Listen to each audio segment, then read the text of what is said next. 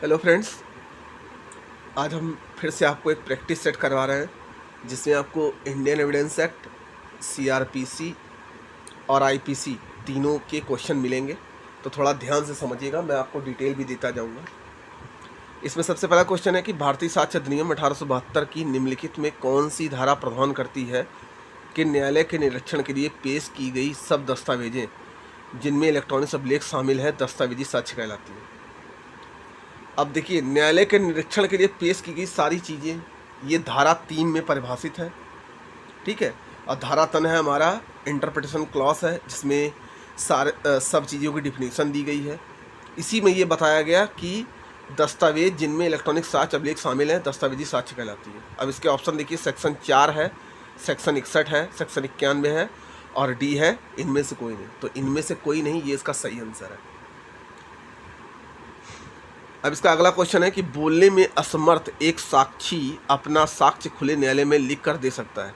इस प्रकार दिया गया साक्ष्य जाएगा प्राथमिक साक्ष्य, द्वितीयक साक्ष्य, दस्तावेजी साक्ष्य या मौखिक साक्ष्य। तो ये कैसा जाएगा? मौखिक जाएगा, ठीक।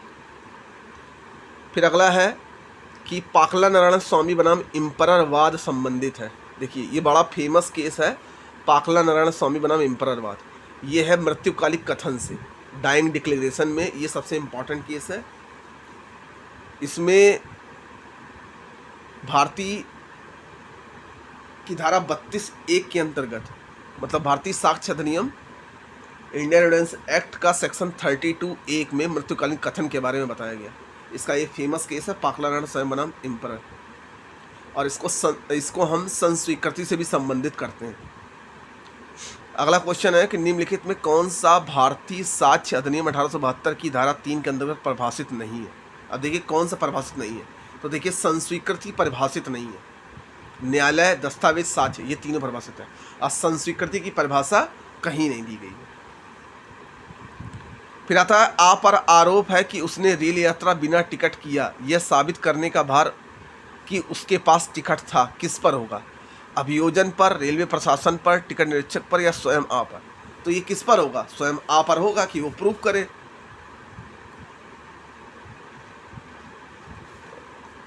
ठीक है ना। दृश्यकारिता का अपराध किस धारा के अंतर्गत है? अब देखिए, दृश्यकारिता हमने आपको बताया था 354C, ये दृश्यकारिता का नियम है भारतीय दंड संहिता 1860, ठीक है। 354 भी स्त्री लज्जा भंग है, ध्यान रखिएगा। का एक संदूक तोड़कर खोलता है और उसमें से कुछ आभूषण चुराने का प्रयत्न करता है। संदूक इस प्रकार खोलने के पश्चात उसे ज्ञात होता है कि उसमें कोई आभूषण नहीं है। का ने अपराध किया है चोरी का, चोरी के प्रयास का, आपराधिक न्यास भंग का या उपयुक्त सभी। तो उसने चोरी के प्रयास का अपराध किया। निर्वाचन के सिलसिले में मिथ्या कथन भारतीय दंड संहिता 1860 की किस धारा में उल्लिखित है? 171G, 171H, 171D, 171E। अब देखिए, सब ये 171 की ही सेक्शन है। तो इसमें जो 171G जो है वो निर्वाचन के सिलसिले में अगर कोई मिथ्या कथन देता है तो वो है भारतीय दंड संहिता की। फिर आता है, खा डूब रहा है और बेहोश है, का उसके जीवन की रक्षा के लिए उसे एक कांटे द्वारा पानी के बाहर खींचता है जिसके परिणामस्वरूप उसके क्षति पहुंचती है, का दोषी है? आपराधिक बल का प्रयोग करने का, स्वेच्छा उपहित करने का, स्वेच्छा घोर उपहित करने का, या किसी अपराध? वो किसी अपराध का दोषी नहीं है। वो तो भाई उसको बचा रहा था। अब वो जिसको उसने घसीटा कांटे के उससे, अब वहाँ उसको थोड़ी क्षति हो गई, तो वो किसी प्रकार का दोषी नहीं है।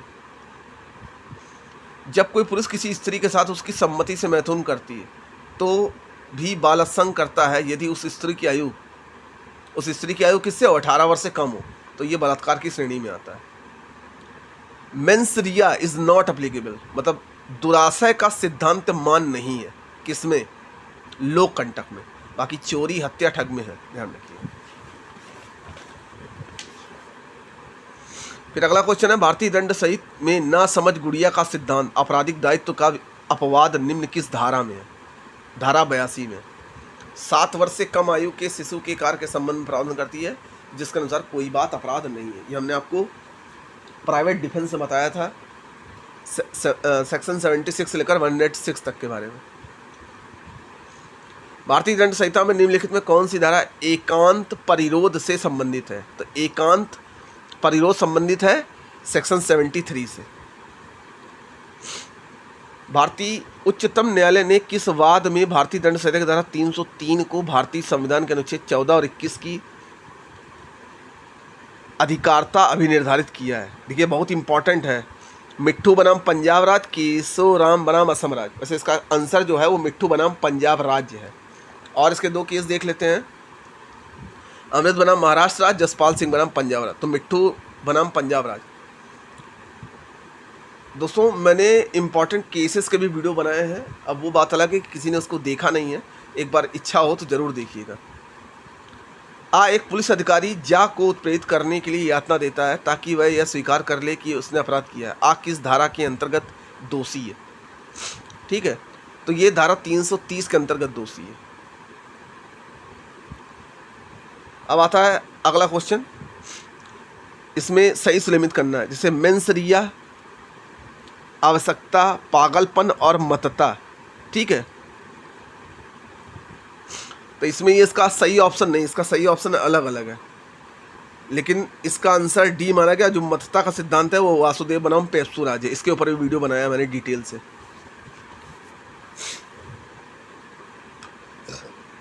भारतीय दंड संहिता को निम्नलिखित में किस धारा के अंतर्गत लोग मार्ग पर तेज गति से और लापरवाही से वाहन चलाना अपराध है? हमने आपको बताया था 279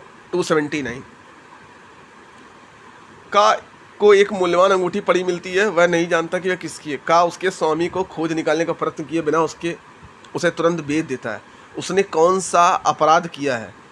चोरी का, एक्सटॉर्शन का, आपराधिक न्यासभंग का, या संपत्ति को बेईमानी से? तो ये संपत्ति को बेईमानी से दुर्नियोग करना। निम्नलिखित में से अनवरत अपराध कौन सा है? अनवरत अपराध अपहरण है, ध्यान रखिएगा। एब्डक्शन एक अनवरत अपराध है। अब इसमें देखिए सूची मिलानी है। आपराधिक मानववध करने का प्रयत्न, सामने लिखा 351 जो नहीं है। आत्महत्या करने का प्रयत्न 362 लिखा, 362 तो अपहरण का है। ठीक है, तो डी वाले का दूसरा है। तो डी का दूसरा आपको किस में समझ में आ रहा है? लास्ट वाले ऑप्शन में समझ में आ रहा होगा, 3, 4, 1, 2 डी ऑप्शन में। तो एक से मिल गया। डायरेक्टर पब्लिक प्रोसिक्यूशन नामक बनाम बियर्ड अधोलोकित में किस प्रकार का प्रमुख वाद है? विकृतचित्ता, दुर्घटना, मतता या बाल्यपन? तो ये था मतता से संबंधित। विधि के समादेशों के अनुवर्तन में अपने वरिष्ठ ऑफिसर के आदेश से एक सैनिक का भीड़ पर गोली चलाता है। ने कोई अपराध नहीं किया। कोई बात अपराध नहीं है जो किसी ऐसे व्यक्ति द्वारा किया जाए जो उसे करने के लिए विधि द्वारा बाध्य हो। ठीक है, तो इसका ऑप्शन देखिए कौन सा सही है। ए और आर दोनों सत्य है। ठीक है, तो इसका ऑप्शन जो सही है वो ए वाला ऑप्शन सही है कि ए और आर दोनों, ए और आर जो है वो दोनों ट्रू हैं, क्योंकि विधि के समादेशों का अनुवर्तन अपने वरिष्ठ ऑफिसर के आदेश से एक सैनिक का भीड़ पर गोली चलाता है, तो ने कोई अपराध नहीं किया है।